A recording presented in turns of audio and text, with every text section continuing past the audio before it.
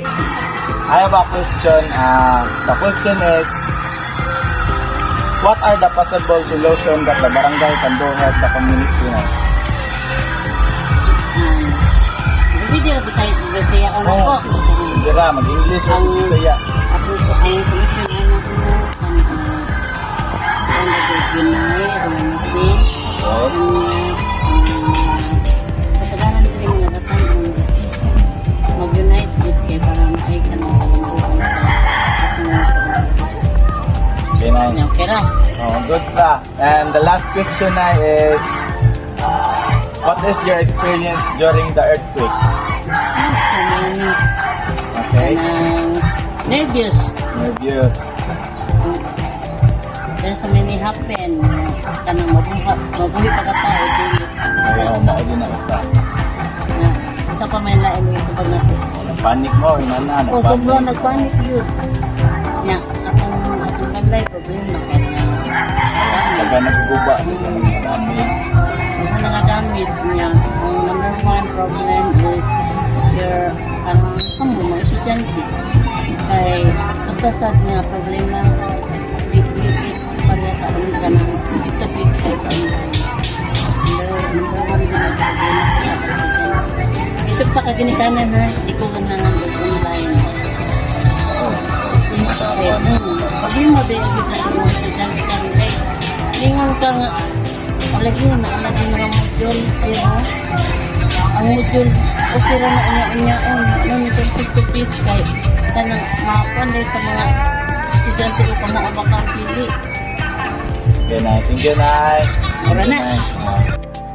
I have a question, ma'am. The question is, what are the casualty that occurred during the typhoon or the earthquake? Pwede bisaya ka? O pwede ito sa'yo ang English. Katulad yung mga pagkuhan. Sa paglinog? Oo. Sa paglinog, ginoon, murag first time ginato mamit, yun nga, yung nato ba? Nosog.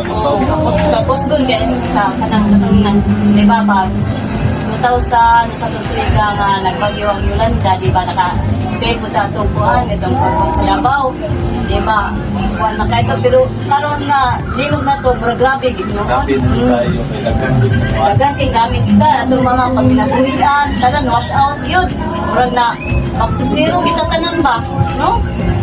Ya mo na nga murag pangita-gitag usaon na to ang atong problema unsa ang pagbangon nato balik.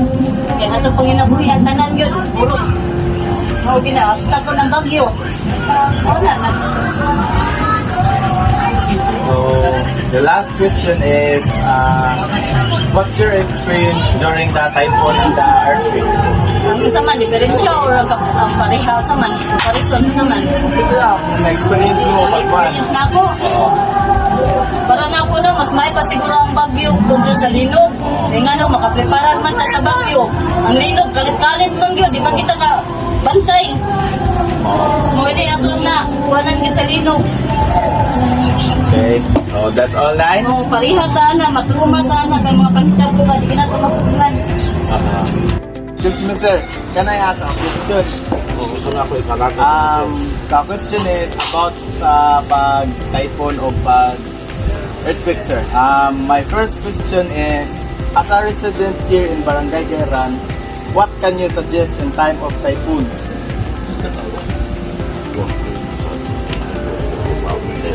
Maayo sa typhoon dito. Sabok! Siguro manganda-bandaan. Always to be prepared. Okay. And also peace of mind. Peace of mind. And Also ready to what happens to you. What happened to you.